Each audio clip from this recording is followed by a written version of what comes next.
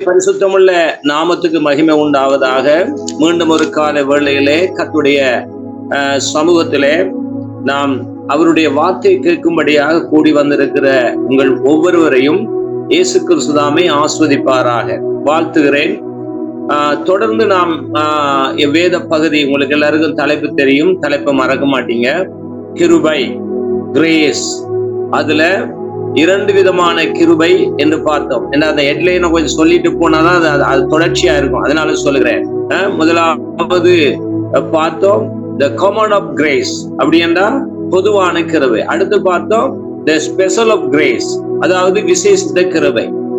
அவைகளை நாம் பார்த்துட்டோம், அது எதுக்கு கொடுக்கப்படுது, என்னத்துக்காக என்பதை பார்த்தோம். மற்றது பார்த்து கொண்டு இருக்கிறோம், இன்னது முடிய இல்லை. அதாவது பொய்யான மாயையை பின்பற்றுகிறவர்களுக்கு கிருபை விழுந்து போகுது என்று பார்க்கிறோம். அப்ப இன்றைக்கு அநேகர் என்ன சொல்லிக் கொண்டிருக்கிறார்கள், பாடல்களிலேயும் பிரசங்கங்களிலேயும் தங்களுடைய ஜெபங்களிலும் கிருபை விழுந்து போவதில்லை, கிருபை மாறுவதில்லை என்று சொல்லிக் கொண்டிருக்கிறார்கள். சோ அவர்கள் சொல்லுகின்ற பொழுது இன்னொரு பக்கம் இருக்கு என்பதை நாம் இந்த நாளில் பார்த்து கொண்டிருக்கிறோம். இன்னைக்கு அநேகருக்கு தெரியாது இந்த விஷயம். ஏன்னா ஒன்று மறைக்கப்பட்டிருக்கிறவர்களுக்கு அவர்களுக்கு, ஆகவே நமக்கோ வெளிப்படுத்தப்பட்டிருக்கிறது. ஆகவே தான் அந்த வெளிப்பாடுகளை நாம் இந்த காலவெளியில பெற்றுக் கொள்ளுகிறோம். ஆகவே அந்த கிருபை விழுந்து போகிறது என்பதையும் நாம் பார்க்க வேண்டும், அதையும் நாம் கவனிக்க வேண்டும். ஒரு தெளிவான ஒரு வேதபாரகன் ஒரு போதகர் எப்படி போதிக்க வேண்டும் என்று வேதம் தெளிவாய் சொல்லுகிறது. ஒரு போதகர் எப்படி போதிக்க வேணும், எவ்வாறு போதிக்க வேண்டும் என்று சொல்லி வேதத்துல நாம் பார்க்கிறோம். அந்த வசனத்தை நாம் வாசிப்போமா? மத்தேயு 13வது அதிகாரம் 52வது வசனம். 13ஆம் அதிகாரம் 52ஆம் வசனம். அப்பொழுது அவர் அவர்களை நோக்கி, இப்படி இருக்கிறபடியால் பரலோக ராஜ்யத்துக்கு அடுத்தவைகளில் உபதேசிக்கப்பட்டு தேறின வேதபாரகன் எவனும் தன் பொக்கிஷத்திலிருந்து புதியவைகளையும் பழையவைகளையும் எடுத்துக் கொடுக்கிற வீட்டெஜமானாகிய மனுஷனுக்கு ஒப்பாயிருக்கிறான் என்றார். பாருங்கள், இந்த இடத்துல இரண்டு பகுதி இருப்பதாக வேதத்திலே வாசிக்கிறோம். ஒரு பகுதியை மாத்திரம் நாம் எடுத்துக் கொடுக்க கூடாது, அதாவது ஒரு பகுதியை மட்டும் ஒரு போதகர் போதிக்க கூடாது. பகுதி இரண்டு இருக்கிற, இரண்டு பக்கங்கள் இருக்கிறது. எதை எடுத்துக்கொண்டாலும் இரண்டு பக்கங்கள் இருக்கிறது. ஆகவே இன்றைக்கு ஒரே பக்க போதனையாக போய்கொண்டிருப்பதுதான் தவறான போதனையாக, கள்ள போதனையாக மாறுகிறது. அது பேலன்ஸ் பண்ணி அது சரியான விதத்துல அதை தெளிவாய் எடுத்து கொடுக்க வேண்டியது வேதபாரகன். வேதபாரகன் என்றால் யார் உங்களுக்கு தெரியும். பழைய ஏற்பாட்டுல வேதபாரகன் என்று பெயர் பெற்றவர் எஸ்ட்ரா என்று பார்க்கிறோம். அப்ப எஸ்ட்ரா வேதபாரகன்னா வேதத்தை நாம் ஆராய்ந்திருக்கோம், வேதத்தை நாம் அலசி இருக்க வேண்டும். அப்படி என்றால் தான் நம்ம அந்த வேதத்தில் உள்ளதை நம்ம எடுத்து கொடுக்க முடியும். ஆகவே எழுந்தமான போக்குல இந்த நாளில கூட போதிக்கிற அந்த போதனைகள் தான் அது பிழையாக மாறுகிறது. குறிப்பாக வேதத்துல பகுதிகள் இருக்கிறது, அது நீங்க குறிப்பெடுத்துக் கொண்டாலும் நல்லா இருக்கும். வரலாறு இருக்கிறது, உங்களுக்கு தெரியும் வரலாறு. அடுத்து ஞான போதனை என்று இருக்கிறது. அடுத்தது தீர்க்க தரிசனம், உவமைகள் என்று சொல்லப்பட்டிருக்கிறது. இன்றைக்கு எல்லாருக்கும் தெரியும் வரலாறு. ஞான போதனை என்றால் அட்வைஸ், புத்தி சொல்றது, நற்செய்தி சொல்லுவது. இது ரெண்டும் தான் இன்றைக்கு அநேகமா மக்கள் கேட்டுக்கொண்டு இருக்கிறார்கள். வரலாறு, இயேசு பிறந்தார், இயேசு மரித்தார், இயேசு அடக்கம் செய்யப்பட்டார், 3ஆம் நாள் உயிரோடு, இதெல்லாம் வரலாறு. அப்ப ஞான போதனை என்றால் என்ன? கர்த்தர் உன்னை கவலைப்படாத, கர்த்தர் உன்னை ஆஸ்வதிப்பார், கர்த்தர் உன்னோடு இருக்கிறார், நீ ஆண்டவரை பற்றி கொண்டால், நீ ஆண்டவரை பிடித்துக் கொண்டால், நீங்கள் விசுவாசித்தால் பெரிய காரியங்களை செய்வீர்கள் என்பது ஞான போதனை. பாருங்க, உங்களுக்கு நான் விவரமா சொல்லி தருகிறேன். அப்ப வரலாறு என்பது என்ன, நான் சுருக்கமா சொல்லுகிறேன். வரலாறு என்று ஒன்று இருக்கிறது, ஞான போதனை என்று ஒன்று இருக்கிறது. அடுத்த பக்கம் தான் மிக முக்கியம். இந்த ரெண்டையும் எல்லாருமே போதிக்கலாம். எந்த ரெண்டு? வரலாறும் ஞான போதனையும் எல்லாரும் சொல்லலாம். ஆனால் மிக கவனிக்க வேண்டிய விஷயம் உவமையும் தீர்க்க தரிசனம். தீர்க்க தரிசனம் என்றால் இவர்கள் சொல்வது போல அந்த ஞான போதனையை தான் தீர்க்க தரிசனம் என்று இன்னைக்கு சொல்லுகிறார்கள். இப்ப நீ நல்லா இருப்பாய், கர்த்தர் உன்னை கைவிட மாட்டார், கர்த்தர் பரிகாரியா இருக்கிறார், உன்னுடைய வியாதி குணமாகும், நீ கவலைப்படாத. இது இதைத்தான் இன்னைக்கு தீர்க்க தரிசனம் வந்து நம்முடைய சமூகம் இன்றைக்கு எடுத்துக்கொண்டிருக்கு. இது தீர்க்க தரிசனம் இல்ல, இது ஞான போதனை. அப்ப தீர்க்க தரிசனம் என்பது என்ன? அது மறைபொருளா இருக்கிறது.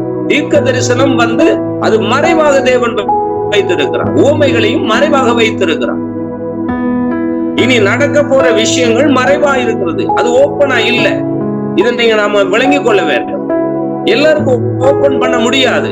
ஏன் ஓபன் பண்ண கூடாது? நம்ம வசனத்திலிருந்தே பார்ப்போம், வாசியுங்கள். Thank you Jesus. அதே மத்தேயு சுவிசேஷம் 13வது அதிகாரம் 34வது வசனம். மத்தேயு 13:34.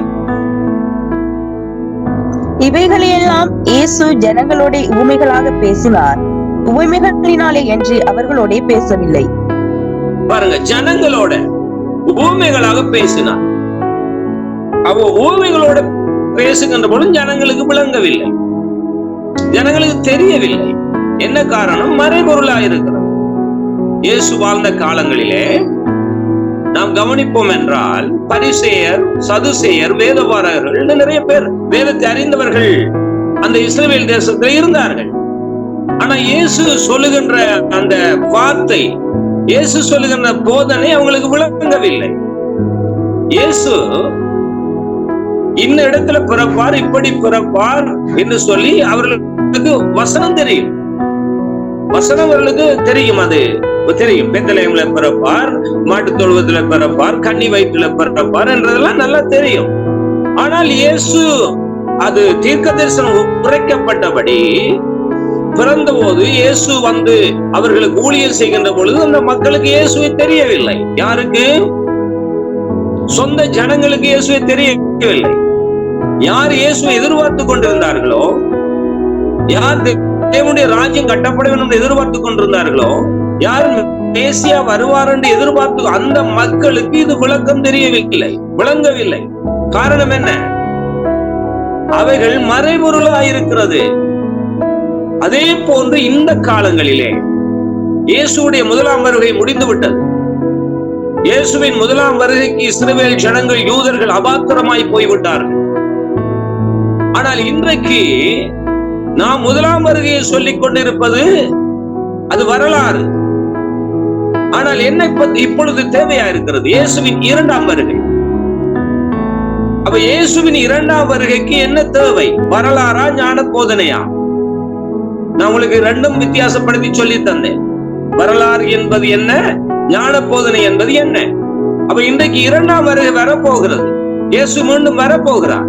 அப்ப வருகின்ற காலத்திலே இன்றைக்கு தேவையான போதனை என்ன என்பது என்ன என்றால், இயேசுவின் இரண்டாம் வருகை வரப்போகிறது. இவ்வருகைக்கான வெளிப்பாடுகளை, தீர்க்க தரிசனங்களை நாம் ஆராய்ந்து அறிந்து கொள்ள வேண்டும். பிரியமானவர்களே, அப்படி இல்லாவிட்டால் இயேசுவின் இரண்டாம் வருகையில நாம கைவிடப்பட்டு போவோம். முதலாம் வருகையில் எப்படி யூதர்கள், இஸ்ரவேல் மக்கள் அவர்கள் கைவிடப்பட்டார்களோ, அதுபோல இயேசுவின் இரண்டாம் வருகையிலும் தேவ ராஜ்யத்துக்குள்ளே நாம் போக முடியாது, கைவிடப்படுவோம். எனவேதான் வேதத்தை நாம் ஆராய வேண்டும். எல்லாருக்கும் வேதம் விளங்காது, எல்லாரும் வேதம் போதிக்க முடியாது. அப்படி என்றால் ஒரு கேள்வி இருக்கிறது, நாங்கள் தெரியாம வந்து விட்டோமோ? ஏன்னா நீங்க நிறைய பாஸ்டர்ஸ் இருக்கிறோம், ஊழியம் செய்யற ஊழியக்கார அருமையான சகோதரிகள் இருக்கிறீர்கள். அப்ப நாங்க என்ன பிழையா வந்துட்டோமா? நாங்க எந்த லிஸ்ட்ல இருக்கிறோம் என்று சொல்ல, அந்த கேள்வி நல்ல ஒரு கேள்வி. அந்த கேள்விக்கு தான் இன்னைக்கு ஆவியானவர் பதில் தர போகிறார். நல்ல கவனிங்க, அப்படி ஒரு கேள்வி இருக்கிறது. இப்ப இந்த வார்த்தையை நான் சொல்லுகின்ற போது எல்லாருக்கும் அந்த கேள்வி இருக்கிறது. இப்ப நான் ஒரு சர்ச்சிலையோ அல்லது ஒரு ஊழியர் மீட்டிங்லயோ நான் இந்த வார்த்தையை சொல்லுவேன் என்றால், அப்படி என்றால் என்ன, இவர் சொல்ல வருகிற ஏதோ புதினமா இருக்கே, புதுசா இருக்கே, நாம இதுவரைக்கும் கேட்ட வசனங்கள் இல்லையே என்று கூட யோசிக்கலாம். நல்ல கவனிங்க, இதுவரைக்கும் நாம கேட்டுக்கொண்டிருக்கிற வரலாறு, ஞான போதனையும் மட்டும்தான். ஆனா உவமைகளையும் அல்லது தீர்க்க தரிசன வெளிப்பாடுகளையும் இதுவரைக்கும் அநேகருக்கு மறைக்கப்பட்டிருக்கிறது. மறைக்கப்பட்டதின் காரணம் என்ன? அப்ப யாருக்கு வெளிப்படுத்தப்படும்? இதைத்தான் நாம் பார்க்க போறோம். ஏன் மறைக்கப்பட்டிருக்கிறது? நல்ல கவனி, மறைக்கப்பட்ட காரணம் என்ன? எதுக்காக மறைக்கப்பட்டது? இதுக்கு நான் நல்ல உதாரணம் உங்களுக்கு தருகிறேன். நல்ல ஒரு எடுத்துக்காட்டாக ஒரு காரியத்தை உங்களுக்கு சொல்லுகிறேன். பிசாசுக்கும் எல்லாம் தெரியும், அப்படித்தானே? நல்ல கவனிங்கள், பிசாசு அன்றிலிருந்து இன்று வரைக்கும் இருக்கிறான். ஆதியிலிருந்தே பிசாசு இருக்கிறான். அவனுக்கும் திறமைகள் வல்லமைகள் எல்லாம் இருக்கிறது. ஆனால் எல்லாம் அவனுக்கு தெரியாது. எல்லாம் அவனுக்கு தெரியாது. நான் ஒரு புத்தகம் எழுந்திருந்தேன், திருடன் ஜாக்கிரதை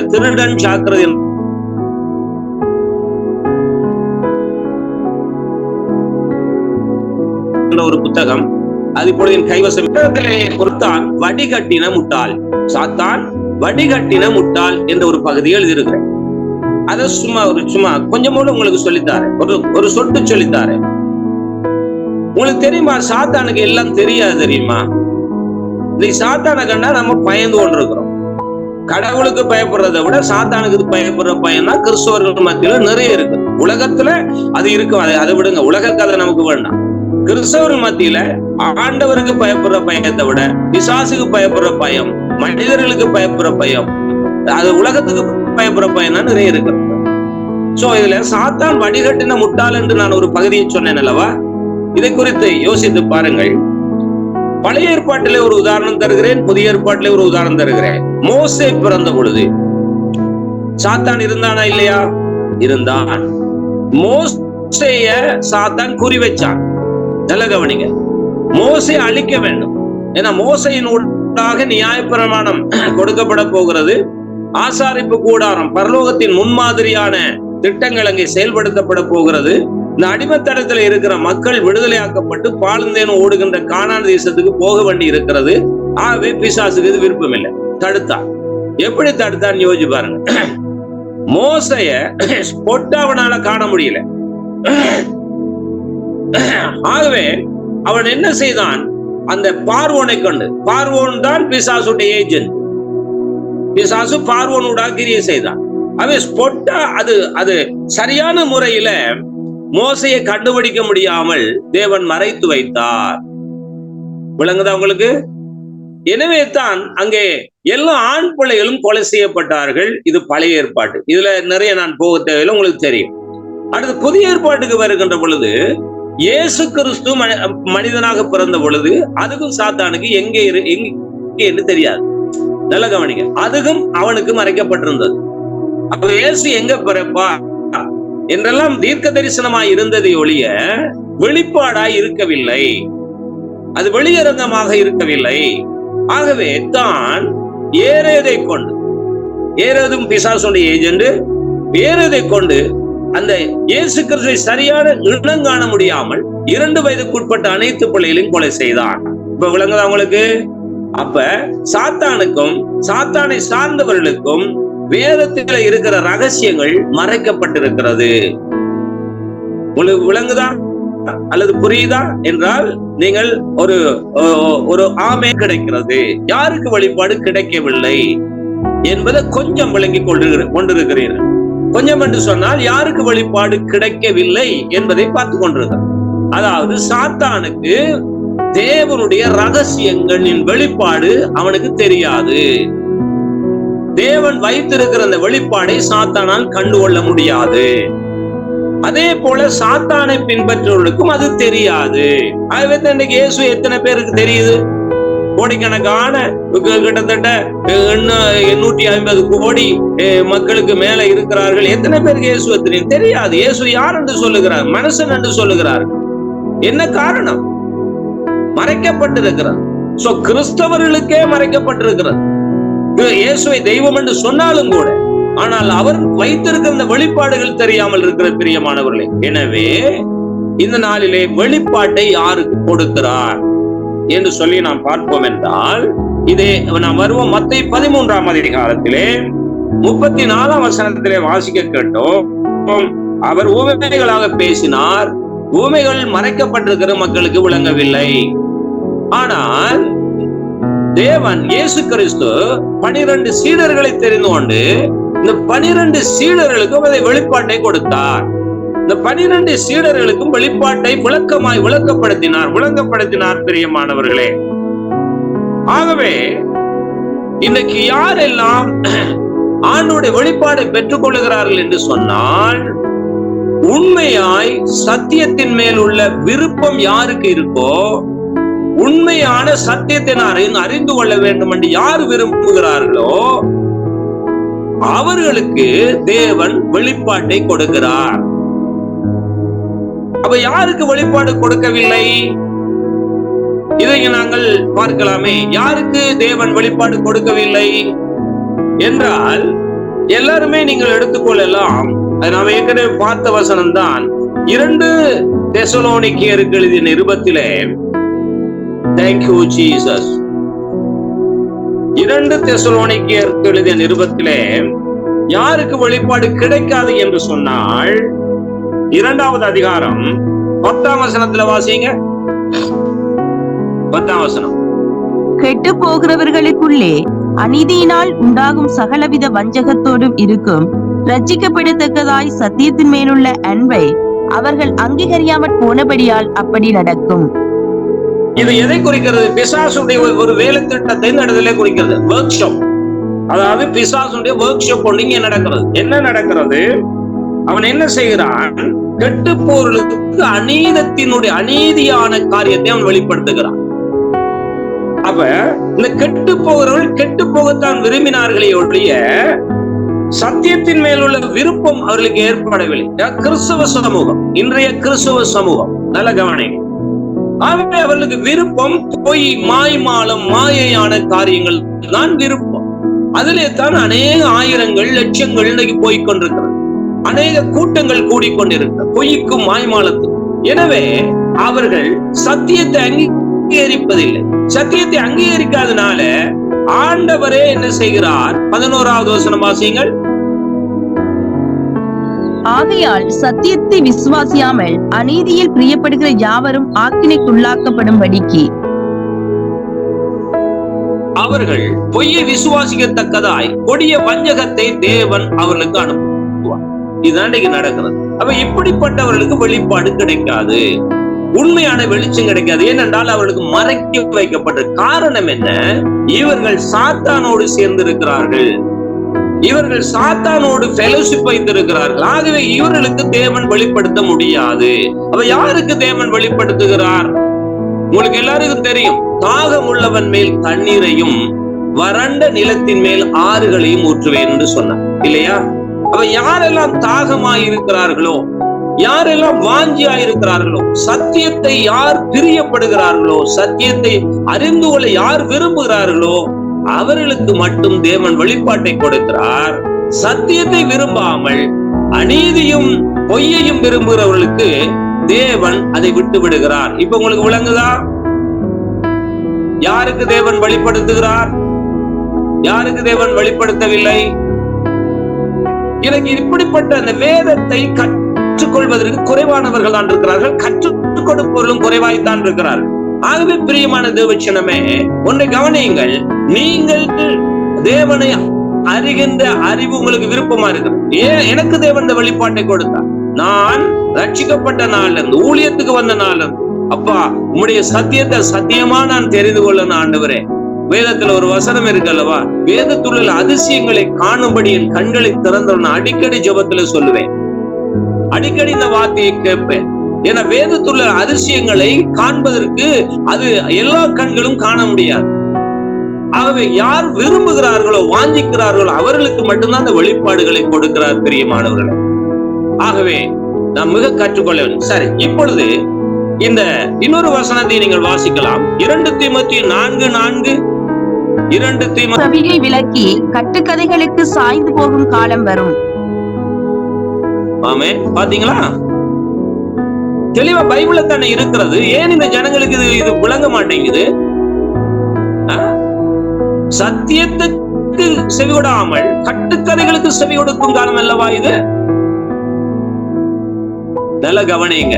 நாம் வேதத்தை நன்றாக ஆராய்ந்தால் அது எந்த பெரிய போதகர் போதித்தாலும் நமக்கு விளங்கும். இவர் போதனை பிழையானது, இவர் சொல்வது சரியில்லை என்று நன்றாகவே விளங்கும்.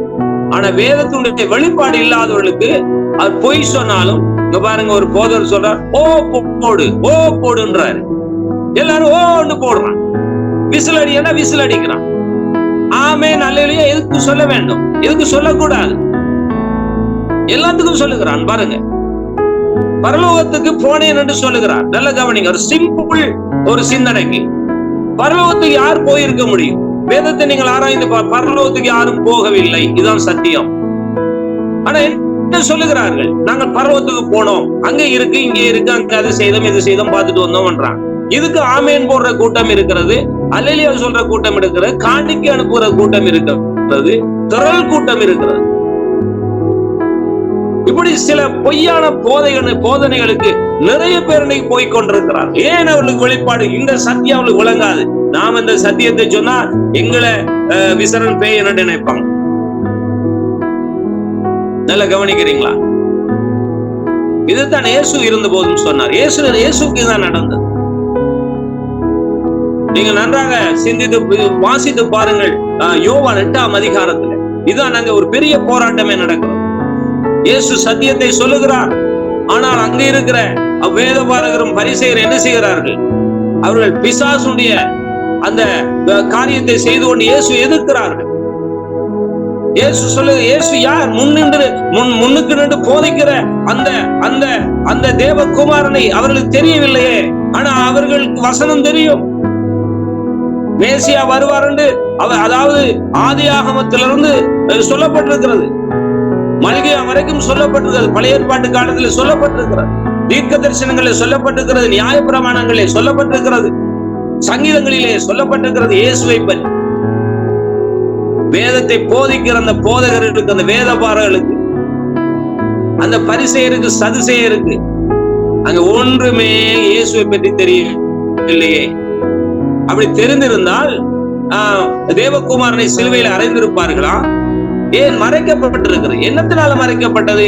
அவர்கள் சத்தியத்தை அறிய விரும்பாமல் பொய்யுக்குள்ளே போயிருந்தார்கள். ஆகவே பொய்யுக்குள்ளே ஆண்டவர் அவரே பெர்மிஷன் கொடுத்து அங்கே அனுப்பிவிட்டார். ஆகவே பொய்யிலேயே அவர்கள் வாழ்ந்தார்கள், பொய்யையே போதித்தார்கள். இன்றைய சூழ்நிலையிலும் அதுதான் நடக்கிறது. பொய்க்கு செவி கொடுக்கிறார்கள், பொய்யையே போதிக்கிறார்கள். திரளான ஜனங்கள் போய்கொண்டிருக்கிறார்கள். ஆனாலும் தேவன் நல்லவர். தமது நாமம் மகிமைக்காக யாரெல்லாம் விரும்புகிறார்களோ சத்தியத்தை, அவர்களுக்கு இந்த சத்திய வெளிப்பாடை கொடுக்கிறார். பிரியமானவர்களே, இந்த பணம் இருக்கு, பொருள் இருக்கு, படிப்பு இருக்கு, எல்லாம் இருக்கு. அப்ப விசேஷத்தை கிருபையில் அது இருக்கா இல்லையா? அது ஆக நித்திய ஜீவன் பரலோகம் மட்டும்தானா?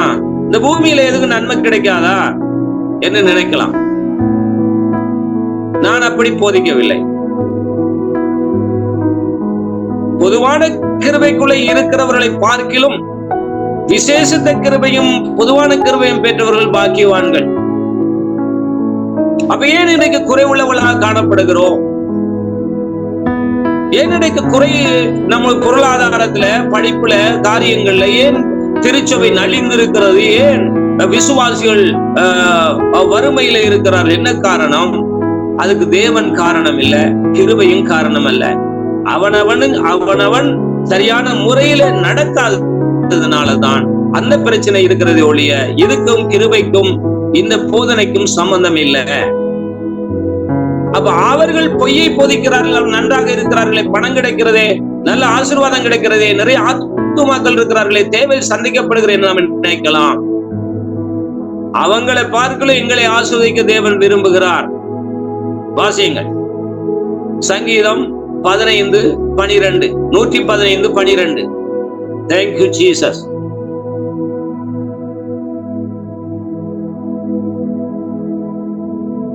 கர்த்தர் நம்மை நினைத்திருக்கிறார், அவர் ஆசீர்வதிப்பார். இஸ்ரவேல் குடும்பத்தாரை ஆசீர்வதிப்பார், அவர் ஆரோன் குடும்பத்தாரை ஆசீர்வதிப்பார். ஆமென். அப்ப யாரை தேவன் ஆஸ்வதிப்பார்? நம்மைத்தான் ஆஸ்வதிப்பார். நாம யார்? நாம தான் இஸ்ரவேலர், நாம தான் ஆரோன் குடும்பம், நாம தான் உண்மையான இஸ்ரவேலர். இதை குறித்து ஒரு தனிப்பாடம் இருக்கிறது. நீங்க நினைக்கிற மாதிரி இன்றைக்கு அங்க சண்டை போட்டு கொண்டிருக்க இஸ்ரவேலர் தான் இஸ்ரவேலர் என்று நினைக்காதீங்க. நாங்கள் இஸ்ரவேலர். இது ஒரு தனிப்பாடம் இருக்கிறது, பிறகு பார்ப்போம். அப்ப தேவன் நம்மை ஆசீர்வதிக்க நினைத்திருக்கிறார்.